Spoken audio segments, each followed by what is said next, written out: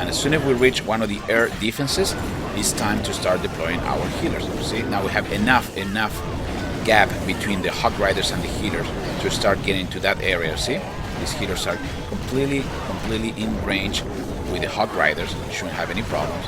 And in the bottom is the same situation. Even when the healers decide to go for the queen or the king, that is fine. But in this area, the healers are still supporting the Hog Riders. So in this case, we don't really need to use any healing potion. I used one just because I was experimenting. I just want to see the rate of health regeneration that you can get with the Hog Riders. But besides that, the attack is just complete and successful move. Then we have Hog Riders taking care of everything. There is nothing left. And one more time, if you can picture those paths where the Hog Riders are going to follow inside a base, if you understand that little detail, you can start using Hog Riders and healers big time against Town Hall level 8 and 9. That will be the last one. We got a lot of loot, and I hope you guys enjoyed this video. This is TheGameHuntah. I'll see you in the next one. Take care, everybody.